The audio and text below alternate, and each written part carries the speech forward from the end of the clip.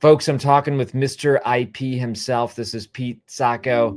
And I'll tell you what, Pete knows so much about data centers. He's a modern day mystic. He's doing NIL stuff.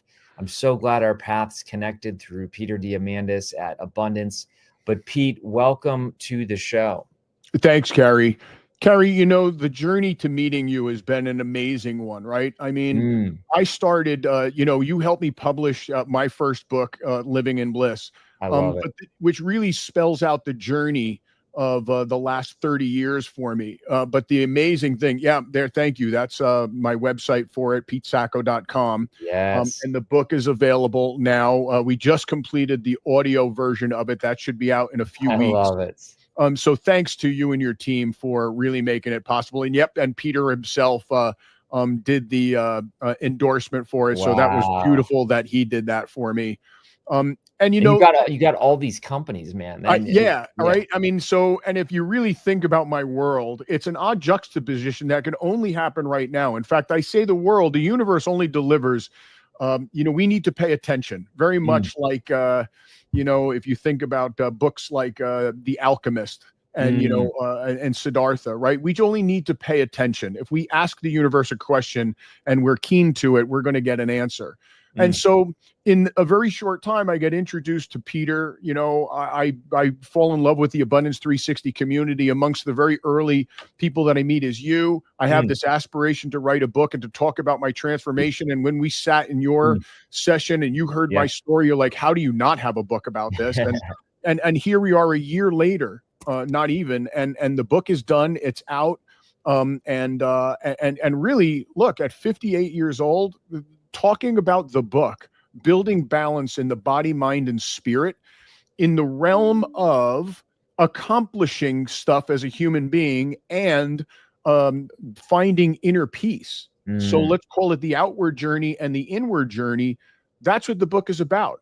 And so I'm able to share that now with everybody because I want to spend the second half of my life. And I literally mean at 58, the second half of my life. I mean, I know that I'm going to live to be, an old man like many of us. We're the first generation that is going to be of that generation that outlives our parents and grandparents, not by a little bit, but by a lot, as long as we just don't die of something stupid in the meantime. Right. Well, I love it. And I mean, your family is amazing. You are living on fire. You've shared your story with me, but you also ooze IP, intellectual property. So it didn't take long before you started to see this better, faster, easier, cheaper way of protecting intellectual property. Where do you see IP? I mean, data centers, but share some of the things that once your eyes were open, you're like, absolutely. It was funny. I first got to know you through the book, but then when I saw what you were doing with instant IP, in my first glance at it, I'm like, this is interesting. So this guy has, as a longtime publisher and author, he realized he needs to protect his intellectual property, but yet here I am building data centers for the world's large language models who are basically stealing all, copyright law that's ever existed. Wow. And so it kind of dawned on me that there's going to be copyright law pre-AI and copyright law post-AI. And what we're doing at Instant IP, along with you and the company that I'm forming, Instaguard IP, alongside of it. Yep, thank you. To help carry the message of putting intellectual property protection on a blockchain where it belongs, an immutable database that can't be changed and protect things. Because here's my philosophy that even before I had realized what you were doing, I started to realize that in my own life, the old way that we used to value ourselves was by what our intellect was. Therefore, what skills do I create around my intellect? And then how much can I sell my labor for out in the world? Well, your labor and your time, right? That's it, labor and time. And so, look, if I'm a ditch digger and a good one, I'm at the high end of the ditch digging, right? But if I'm not very good, I get the low end. But if I'm an attorney and I'm, world class, I get paid like a world class attorney. And if I'm not, So our value was what our skills were and what our experience was and our time put into it. I don't think that's the new paradigm. That is Mm, the old way. We are about to be replaced by AI and robotics. wow. And AI and the robotics is not just going to do what we do on this side of the computer a little bit better, Hmm, it's going to do it immensely better, thousands of times better. mm. Okay, so let's back up. Where does that leave us? Here's where that leaves us. It leaves us as content creators. What is our true innovations as entrepreneurs, whatever we do? What content are we developing? What logos and ideas are we putting forth, and words and Yep. videos has become such a big thing, and how do we protect those in the modern day world, Mm, but on a blockchain? And so so good. content innovation and content development is going to be the new way that we start at the ground level of the pyramid of rating what our value to the world is. I love it. Alongside of that content creation is going to be IP protection. How do we protect the content that we have developed and put out into the world? Mm. I would say the next bastion of that pyramid is building an audience around that content and innovation. Oh, that's good. Today, you're only as valuable as the audience that you bring, right? So today, I have a PR agency that's getting me on as many podcasts as I can in preparation for my TEDx talk and all of these things, right? And I'm building audience across all of the things that I do. My data center audience, my blockchain audience, my blockchain investment audience, my spirituality living in bliss audience. And I'm Mm, building all of these audiences. And then at the very top of that pyramid is, let's call it the valued asset. What's the company that I am bringing forth, right? That is selling my audience that content and innovation that I've created. wow. I think that new pyramid and intellectual property protection is the future of all mankind who wants to outwardly grow, Oh, which that's is good. still only half of the yin and the yang of the human experience. That's the outward success have in order to be able to attain inner bliss. I love that. I love that. And, we have moved from a tangible world, our ancestors, sticks, wheels, horses, and we have moved to an intangible world where you've seen the stats. Airbnb owns no property, Yep. Uber owns no cars, and yet we are moving around property with a click of a mouse, and it's incredible. So, how do you, Pete, see Instaguard playing in this? Yeah. So first of all, Instaguard will secure all of the intellectual property of everything that I get involved in. Every Wow. book that I write from now on, every company that I have formed or will form or invest in, I immediately ask them, how are they protecting their intellectual property? Oh, that's I've good. aligned myself with some, like you, with some Yeah. really good attorneys that, look, we're not doing away with patents. We're Right. not doing away with registered trademarks. We think we actually have a better play with respect to copyright and trademark and registered trademark. But look, patents are something else. And yes, worldwide they're being infringed on, but that doesn't preclude us from still needing to protect our patent. I mean, you and I both know we have Mm, patent holders that are going backwards and actually putting it on, instant IP right now and getting that blockchain protection because they mm. realize it's the future of the world. So it's become endemic in everything we do. So, just take my, PTS as a holding company for my data center design company, data center design brand, which is in Tuva, right? Future proof your data center. Then I've got Grid 7, which is basically innovating the way we power the world, right? Just to give Wow. people an idea. I'm a firm believer. If you ask me my MTP, to speak to Peter Diamandis, it's the future is going to be about decentralization and the Yeah. technologies that support decentralization. I believe the next bastion of data centers is going to be a vast array of decentralized, highly geographically diverse data centers that will serve inferencing. Okay. Inferencing, unlike model building, is going to have very low latency requirements, which means that when IT devices or AI devices, as well as people, are asking questions of the public and private models that we've built, these answers are going to happen very fast, which means that it has to be very close to where the inferencing took place. That is going to be a paradigm shift to the highly centralized, what I call the American pro football cities of the world, New York, Chicago, Dallas, Los Angeles, where the hyperscalers build their data centers. So think of laying Google down of not 100 data centers across the US or world. Think of Google as 10,000 data centers, one in every high school football city of the world. Wow. And that every high school football city of the world is going to have a 1 to 10 megawatt data center that is going to be the federation of that local inferencing. And then it will push its knowledge up stack to the regional, what I call the NCAA football cities of the world, right? Sorry, I'm an ex-football coach. Right? I hear you. It's a football connotation. Yeah. And then to the NFL pro cities. And so that's going to be, so Intuva is designing and building data centers for government, large enterprise, and the data center operators. And then I'm building Grey Wolf data centers, which is going to be that highly distributed array. And all of it gets IP protected through instant IP, including Grid 7, because what's starting to happen in the decentralization of utilities is we can no longer rely on the electric utility to distribute sufficient power to every property.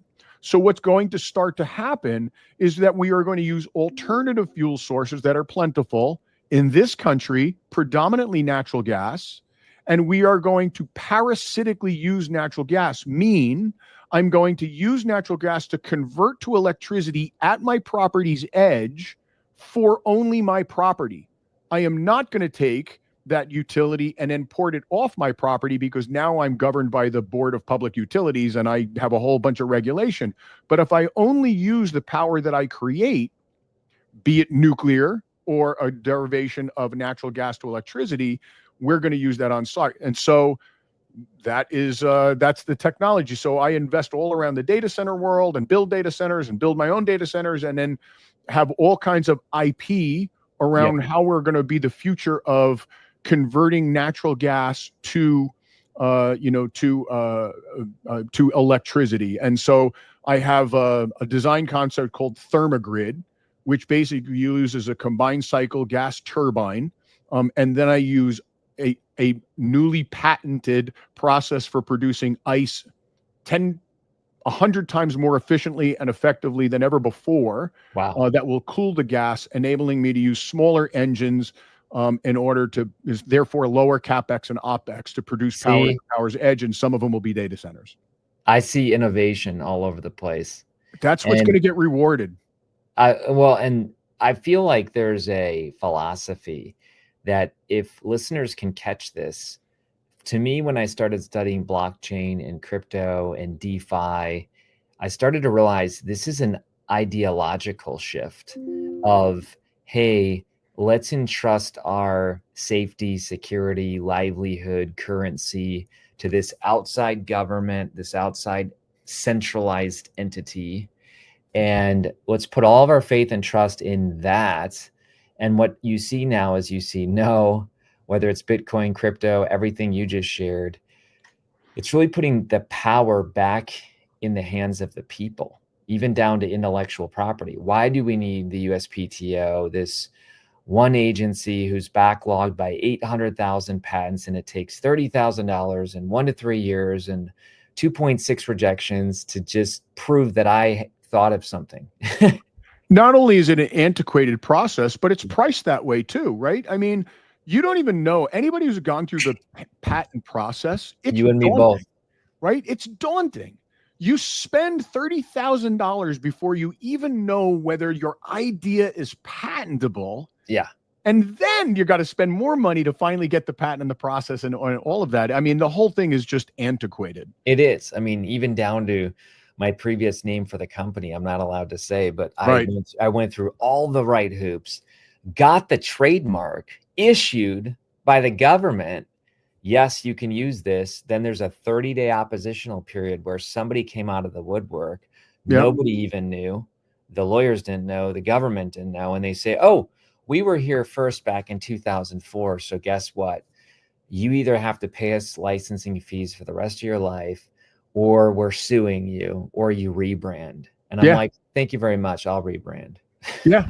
It's nuts. It is just crazy. Yeah. So, I had that kind of epiphany too, even though I was building data centers, even before AI remember, AI is like the oldest new technology ever. My Yeah. It's engineering been around thesis for was, decades, was right? on Yeah. AI, right? And so, but then I'm building data centers and, right now, if AI was a clock, we're only at, a 24-hour clock, we're only at 2 a.m. We've got Wow. 22 hours left to go. At Wow. 12 noon, halfway through, we're not even going to recognize the world. So I recognized this while I was building data centers, the same methodology. What's going to happen with blockchain? What's going to happen with cryptocurrencies? What's going to happen with Web3? And I was early. It's being rewarded now, but Yeah. everybody thought you were crazy then, Oh, right? yeah. Because it was a paradigm shift. But look, we see paradigm shifts just repeat over and over and over again. And so, this is the one. I mean, love it or hate it, Bitcoin probably is going to become long term.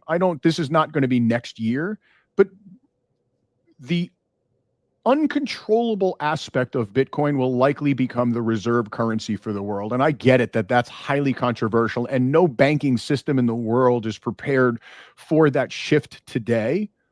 But the US dollar is the most manipulated currency in the world, Sure. followed only by all the other currencies that can do it. I mean, the yuan isn't going to be the reserve currency. There's no way that the euro can, or the British pound, or every other country is just too small a currency. The Swiss franc, you would say is stable, but it would, the inflation alone of doing as much trading would crush the franc. And so you have no choice but to either stay on the dollar or move to something like Bitcoin, and it's going to change the world yet again. And so that's just one small aspect. And what I'm finding myself right now is where I had a headwind for all of my ideas of blockchain. I own hedge funds that trade blockchain, that trade cryptocurrencies algorithmically. I have Web 3.0 companies. I've got a whole franchise around how blockchain is going to affect the sports tech industry. Wow. I mentioned NIL we talked about, right? Yeah, I mentioned that I coached football for a long time. Look, in my little town here in Franklin Lakes, I've coached 4 kids into the NFL. Right? Wow. All people, both Sims boys, right? Phil Sims, the ex-quarterback of the New York Giants, both I his remember boys him. Yeah, who yeah. played in the NFL, right? He was good too. Yeah, absolutely. Christopher especially was a starter before he got, hurt. But anyway, a whole bunch of other guys and what I saw these kids is that the chances of having a 10-year career in the NFL are 0.015%. Are you serious? Right. The numbers are ridiculous. So I wanted to find a way that when it enabled itself, how do I get kids to play fairly? Because they're dedicating themselves to all of this. So I created Hycon, and a partner of mine created a company called No Cap Sports, to which I'm one of the investors in. And what we're doing is revolutionizing sports tech, enabling kids to build an ecosystem around their brand, their own innovation, their own content, their own valuable of their name, image, and likeness, NIL. And then they can turn it into an NFT, and then they can sell their NFT on the open market who people want to invest in their future. We like to say for the athlete, play the game differently, and for the investor, invest in tomorrow's champions today. And that's Hycon. That's Hycon. .me, HYCON.me. And No Cap Sports is doing it a little bit differently. What we realized in the NIL era is that universities are getting hurt because our investments as ex-alumni used to go to the school, and then the school gave it to the sports program. Today, the NIL world, you're now giving money to an NIL collective, bypassing the school. And the schools are hurting because they're not getting the investor throughput, because sports still pulls a fairly high investor base. And so what we've done at No Cap is we've created a smart contract enabling 2 alumni that have a product offering to take some small VIG off of the transaction between 2 alumnus, and that VIG would go to the school. And we're onboarding, I don't know, we've got 75 universities right now, probably onboarding 5 universities a month right now. Oh my God. And it has turned out for some universities, it's a 7-figure number of increased revenue for them. Wow. And so we're raising Series A for No Cap, and No Cap's going to eventually buy out Hycon, and then we'll put all that technology under one. But that's just another. And guess what protects all of that IP, right? You know, there you go. So it's why I'm forming Instaguard, not just to help promote it for instant IP to get it out there, but it's partly my world and partly all of the companies that I invest in to make sure that in the new paradigm, in the new shift, in the new world, in the new AI protection world, I have something that is immutable. That is immutable proof. This is an episode that so many people need to watch. We just heard in the wrestling world in the last 48 hours, the top recruit, his name is Bo Bassett, and he just decommitted from Iowa. But, you know, this is a whole thing where he already had a clothing line. He had a million, and this is wrestling, you know, he had $1 million per year, you know, essentially earmarked for him. And now that he's shifted, there's clothing lines that overnight are changing. I mean, this is a big deal. This is a huge deal because it starts with Bo. If Bo doesn't protect his world right now while he's building his, right? Think about what the world has become. It's influencers and content providers and all of that. They need a way that they can easily protect their content. So all of those, it's not just the entrepreneurs. I mean, everybody thinks it's 20-year-olds that are the entrepreneurs of the world. It's not. We all know it's 40 and 50-year-olds, right? The guys with the experience that are building the new tech companies that are leading the charge. But look, it is the young people of the world that are creating the world's content right now. Well, and Peter's podcast with Salim, they just said the other day, I mean, all the research shows that the #1 career that's going to survive in this next adoption and adaption is entrepreneurs. Yeah. Like, you have to think. I don't care what profession you are. If you're in medicine, if you're not thinking entrepreneurial, you're going to get swallowed. You know, it's funny, and I don't often disagree with Peter, but, you know, he's kind of not quite bullish on the idea of protecting intellectual property moving forward, thinking that all things are going to pass.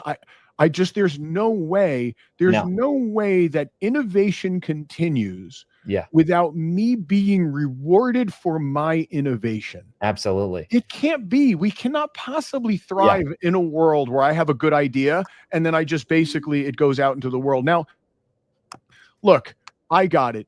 Eventually, when we live in the post-scarcity world, when we live in the utopian society, when man is no longer negatively biased by our ancestry, we live in a Buddhist world, right? There he is. He's sitting right there. We live in a Buddhist world where it's nothing but selflessness and altruism. But until that time, which I get cosmologically is going to be in an instant, but it is not going to be tomorrow in human time. And in that time, we need to have outward success with inner fulfillment. And that outward success is going to demand that we are protected for our good ideas. So I want to read this to you. This is, you got me thinking, man. This is from the 1400s. Okay. Wow. Like, I want people to realize this, 1400s. They were saying with the Venetian patent statute, if we don't have a way to protect innovation, we're not going to attract high-level people, because otherwise they're going to take the inventor's honor away. And so we need a system and a strategy that's going to protect innovation so that they will be rewarded, their genius will be celebrated, and that will attract people to 100%. You know what I'm saying? And so I get the whole, like, hey, open source IP, all this jazz. But you and I talked offline recently where we said, you know what? Everybody who says that, just have them steal their identity then. Fine. Yeah. You don't care about your own NIL. Pete, I'll just take your social security number. I'll open all kinds of credit cards. I'll copy your IP, and then let's see if you care. Right. Yeah, I agree completely. And by the way, it's not lost on me that this all happens in Venice. Because let's think about Venice as to what it is. It's a city of stone built in the middle of the water on wood piers, which means that two guys had to be in a boat, and one guy turned to the other guy and said, hey, I got a great idea. I'm going to build a stone city on wood piers, and I'm going to put it in the middle of the ocean in order to protect us, and then we'll have a Nate fleet. And the other guy went, yeah, good idea. Right? I mean, there's just no way. Ooh, I like that history lesson. I didn't know about that. That's pretty good. I mean, that's what Venice is, right? It's a city in the middle of the water, built a fake city in the water. And they did that in order to protect themselves, because when Venice was part of mainland Italy, it was getting attacked and over and over and over. And even Venice was, a melting pot. It was the main trade center of the ancient world, and it needed to protect itself. So they built one big navy so that nobody could actually get them from the shore. So they built it out in the middle of the water. And that's where innovation also derives from, because they realized we were unique, and that innovation had to be continued. I'm feeling book 2, man. I'm feeling book 2. But before we talk about that, as we land the plane today, folks, you got to get living in bliss, achieve a balanced existence of body, mind, and spirit. I love Pete because he is really a Renaissance man. I mean, we end up here, but I mean, your companies, what you're doing, the innovation, the tech, the NIL. I mean, you are clearly a guy who's taking it all in and then protecting it. So Pete, where can people find more about you if they're like, look, I want Pete as my instant IP advisor? Yeah, that's great. So that's instaguardip.com. So if you want to protect your internet, it's instaguardip.com. I love and it. So you could pull that up. And so Instaguard IP is where, any one of my people can help you protect your intellectual property. So we're a partner of yours, Kary. And so that means that we have access to the instant IP blockchain that we can put out there. And then we promote a host of services, from managed services around helping harvest IP within your company and helping you educate you as to where you could do it, what you do, what should you protect, how do you protect it, how do you organize it, how do you do everything. There you go. Oh my gosh, this is and so we put all that together, and then there's a bunch of services. I speak about it like you all over the place. I can train companies on it, on how to do this within their companies and whatnot. And like I said, we're doing it for all of our brands. To learn about me, it's right there, PeteSacco.com. Look, you've given me the platform to be able to do this. And so you're right. Living in Bliss won't be my last book. That's for sure. I'll spend the second half of my life helping people realize that, yes, while life is an outward journey, the inward journey is internal. I didn't feel true fulfillment until I realized that both outward and inward have both equally a body, mind, and spirit component. So one of the things that you protect is that bliss equals body vitality plus mind clarity plus spiritual purpose. Wow. And that's how I live my life. I live by my life by 3 core tenets, my core values, and they are presence, purpose, and prosperity. And so by presence, I want to live right now. It's the very few little things I have control over, and I want to live in the present. And I want to live with purpose. Just because I want to live in the present doesn't mean I do not have direction. I have direction. I have outward desire and purpose, and it is to build prosperity. But here's where I deviate. It's not just wealth building. For me, prosperity is at the end of my days. I will know that I'm fulfilled if I die selflessly. If I've left this, sorry about that. If I've left this place a better than what I found it. So I want to live my life leaving something that is far beyond me, because I know at my core, I'm no different than anybody else. We are all at the same center of being.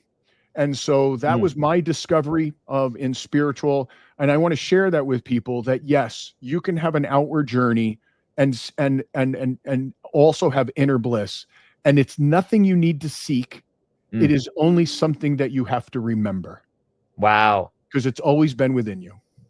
Well, Pete, I'll tell you what, man. I know why, in my book, I know why God brought us together. I mean, you are clearly a light who's bringing this tech world with new capabilities. You're probably the only tech guy I know who can give a little vignette on Venice. That's pretty cool, man. That's pretty cool. Well, listen, folks, get his book. Check out Instaguard. Check out his companies. If you know somebody in sports, share this podcast, because they are a brand and they need to protect themselves. And Pete, thanks for all that you're doing. Our team. Yeah, thanks, Kary. You're doing great work, brother. You're helping the world, and one publisher at a time and one IP at a time. So thank you. Thank you.